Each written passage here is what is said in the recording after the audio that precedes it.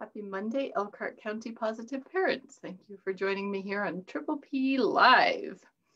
And today I want to talk about teenagers and specifically about how to help our teenagers become independent, responsible adults who are able to take appropriate risks and do that in a way that is not quite such a danger and a threat to themselves in a way that it can feel for us parents. So with teenagers, one of the things we're up against is what we call A behavior and B behavior. So A behavior, well, let's start with B behavior. B behavior is behavior that we consider beneficial, but that our teenagers consider boring. So all those things that they want to do that we see, or that we want them to do that we see are so beneficial, but that they consider boring. A behavior, on the other hand, is behavior that we consider alarming and they consider attractive.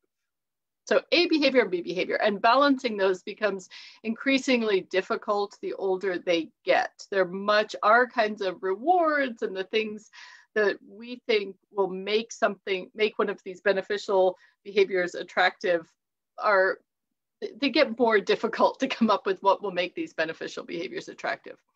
So the goal of this plan that we're going to talk through is to try to balance these things, to allow our teenagers to take some risks, to do some things that are attractive to them but alarming to us, and also to help us kind of get what we need from this so that we can give them a little bit of freedom and do the things that they need to do to grow up to be responsible, but with a little bit of reassurance.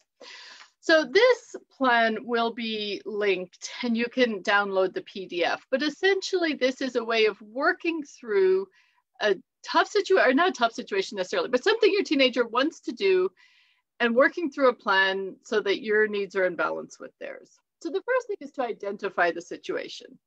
What is it that is concerning me? What is it that your teenager wants to do that you want to plan ahead for? So this might be they want to go to the beach with their friends, they want to go camping, they want to go to a concert, they want to go to prom, they want to do something that is sort of a new level of freedom for them.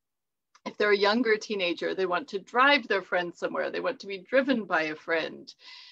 What is it that is concerning to you that they want to do? So that's the first thing, is just identify it. The second step is to do some advanced planning or preparation. So what are some things that I need to do ahead of time to be ready for this situation, to plan for? Do I need to talk to the other children's parents? Do I need to get some phone numbers? Do I need to find out about this place for myself?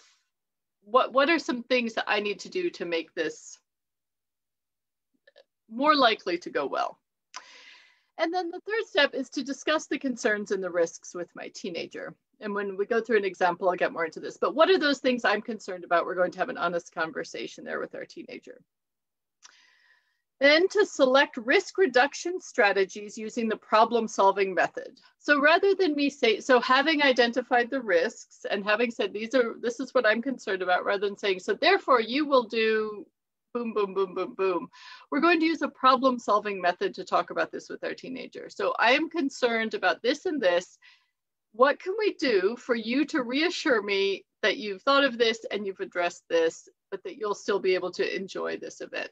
So we're going to use that problem-solving method with our teenager to help them come up with solutions, to identify solutions to deal with my concerns and my risks. We're going to come up with rewards. So if they follow through with the plan, if they do what they say they'll do to reassure me, what would be a reward? What is something that I can offer that will make them feel, that will reinforce this behavior, make them feel good, reward them for what they've done. If things do not go as planned, if they do not follow the plan, if they do not do the risk reduction things, what is going to be a consequence? And then the end of the plan is sort of what are informations or items that are required to make this work? So having come up with the plan, what are some things that we will need to put in place to make this plan work? Last step is a follow-up discussion. So after the event happens, after you go through everything, we've done the reward, we've done the consequence, we've figured out how it all went, we'll have a follow-up discussion with the teenager. How did that go from your perspective? How did it go from my perspective? What went well? What could we do differently next time? So I'm going to use the example here of going to prom. This one might be relevant to me personally. So that is, that is a potentially high-risk situation. Not necessarily, but it might be. I might have concerns, other parents might have concerns. So that's what we're going to do. That's what we're going to think about. So advanced planning and preparation. And this can be a little bit more fun. So what are some things that we're going to do to make sure that my teenager has the best chance of having a good time and doing what he needs to do there?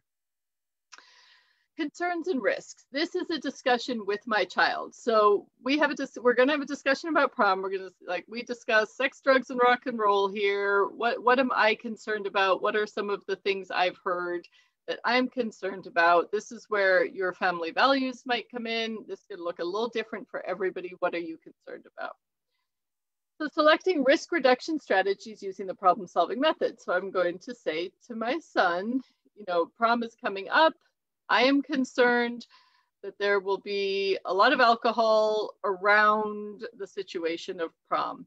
What can we do for you to reassure me that that will not be you or that you will be okay? This is an interesting step because sometimes the teenager comes up with something even more, something that's a step beyond even what I would have said. But we'll see what he says here. It will ultimately be up to me. So my teenager will suggest some things you just don't worry about, and I go do whatever I want. Whatever he suggests, we're going to think about all of those ideas. We're going to put my ideas into the hat. We're going to discuss all the ideas that we came up with and then figure out which ones we can use. I can rule out the ones that are just not acceptable. How about you just go buy me the alcohol and we do this at home, or, whatever. We're going to rule those out. If I'm not happy with them, we're going to rule out the ones that he just can't live with, and we're going to come up with something that meets my need for reassurance and his need for some trust and some freedom. Reward. So if this goes well, if he comes home at the time he says he will, if he stays in contact the way he says he will, if he avoids areas that he says he will, and obviously I won't know everything, and that is something I will need to let go of. What will be a reward?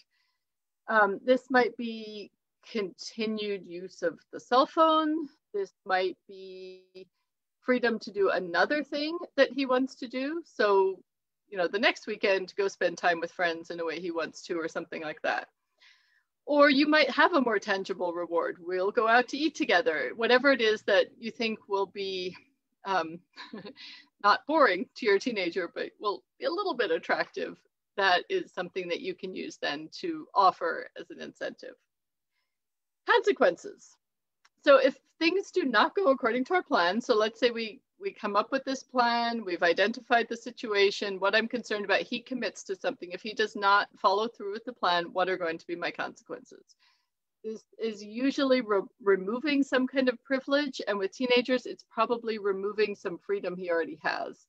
It might be removing the car for a little bit, access to the car. It might be removing cell phone privileges, something else that is attractive to your teenager that is a privilege and is something that really needs to be earned. You need to be able to show that you're responsible enough to use these. The triple P, we encourage relatively short consequences. We want to make the point and then give the privilege back, let him move, learn from that and move on and try again. Or she. My child's a he. And then information or items required to make this plan work. So depending what he's come up with, we're going to say, okay, you'll keep your cell phone with you. We will make sure it's charged. I will contact your girlfriend's parents so that we all know that we're on the same page about when and how things are going to happen. Whatever it is we've come up with, what do I need to do to make this work?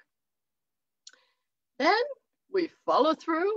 He does the thing. She does the thing. You give that child that freedom and that trust. You've come up with the plan. And then the follow-up session says, okay, what went well with the plan? What needs to be different?